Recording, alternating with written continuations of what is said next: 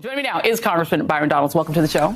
Hey, how you doing? Good. Thanks for coming down, basically across the street, because we're like really close to the Capitol. That's right. So I want to start by just talking about, in the previous segment with Congressman Swalwell, we were just talking about the changes that are happening in the House under this new leadership. 3 people, including Congressman Swalwell, Ilhan Omar, and Adam Schiff, are being taken off their committees. Those who are being added, Congressman Santos is the one who made up his whole resume, allegedly, in New York. Paul Gosar, whose family have said he's a white supremacist, attended sort of meetings of white supremacy and got kicked off his committees because he tweeted out an anime of depicting him killing AOC, Congresswoman Alexandria Ocasio-Cortez, and Marjorie Greene. They're getting back on committees.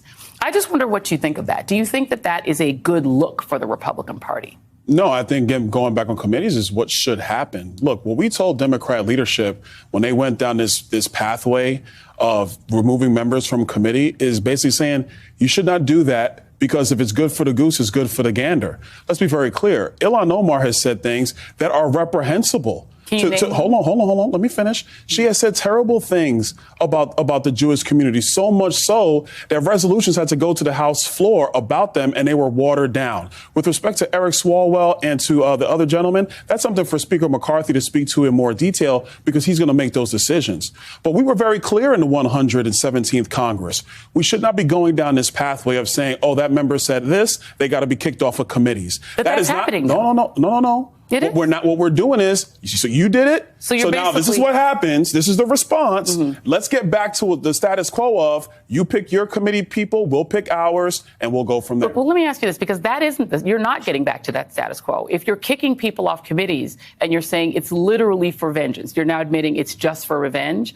That doesn't sound like getting back to the status quo. It sounds like using committee leadership for vengeance. But that's what you just said. If you want to change the rules, then we'll live by your rules. I don't think we should do that. But if you want to change the rules that the House of Representatives has lived under since the beginning of the Republic, and now you're going to change them because you didn't like what somebody said. I don't think that's a change in the rules. That's happened before. You know what? I'm letting you know.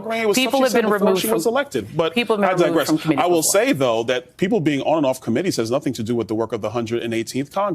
We are actually going to get to border security. We're going to get to energy policy. We have to go through debt ceiling. We're going to have to figure out a way to cut our spending, curtail our spending, because we're living well beyond our means. That is the work of the Republican Conference in the next Congress. This other stuff, that's kind of a sideshow. It's not a sideshow because, unfortunately, it's kind of the show. What's wrong with you people?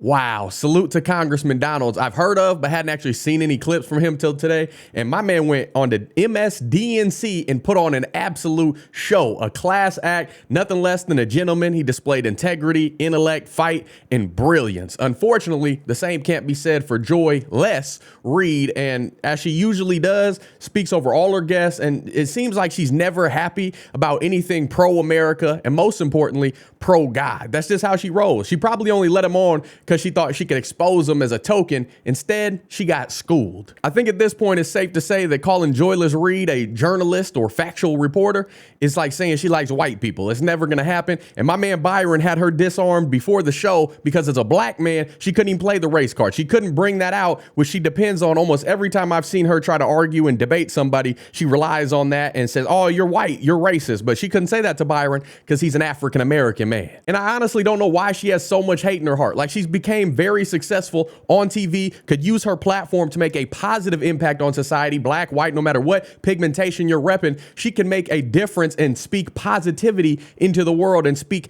godliness into the world. But she chooses to use it as a pessimistic sort of mindset, narcissistic, uses it to always bash and belittle and play victim mentality. And I just don't see that as a good use of your time. But these leftists, extreme far leftists, they're going to do what they're going to do. And I'm going to dish out some biblical soul food for those that need it, which is actually all of us, but specifically Joy in this case. Pray for her, y'all. We're called to pray for him. Proverbs 10 verse 18 says, whoever conceals hatred with lying lips and spreads slander is a fool. Psalms 36 verse 2 says, in their own eyes they flatter themselves too much to detect or hate their sin. 1 John 4, verse 19 and 20 says, we love because he first loved us. Whoever claims to love God yet hates a brother or sister is a liar. For whoever does not love their brother and sister whom they have seen cannot love God whom they have not seen. And then finally, to wrap it up, a beautiful one from Luke 6, verses 27 and 28. It says, but to you who are listening, I say, love your enemies, do good to those who hate you, bless those who curse you, pray for those who mistreat you. So people like Joyless Reed, keep praying for her. I shouldn't even say joyless, but it's just fun. I'm just making fun. I'm just playing around. Pray for her in all seriousness. And if you didn't already know, Byron, Mr. Donalds, is definitely someone to keep our eyes on as not only a leader now, but for the future of America. The sheer definition of cool, calm, and collected. He's got a bright future, in my opinion. Y'all let me know what you think down below in the comment section. If you rock with this sort of video, if you like my content, smash that thumbs up button. Subscribe if you're not already. Ring the bell so you get notified anytime I post a video, just in case YouTube forgets to let you know. If you want to support the channel, you can take it a step further. Get an ammo flag shirt like this. I don't know if this is a 5.56, 223 bullet, 30-06. Y'all let me know what size bullet and caliber this is. My wife has a ton of these designs. She makes them all herself on her Etsy store. Go check that out in the description section. All my other resources are down there as well. If you want to join the Patreon fam, you can hit the little thanks button on YouTube. It has a little heart around it. You can head over to dgibson.com. You don't have to do any of that stuff at all. Either way, I love y'all. I'm grateful to have you here. Until next time, Godspeed. I'm gone.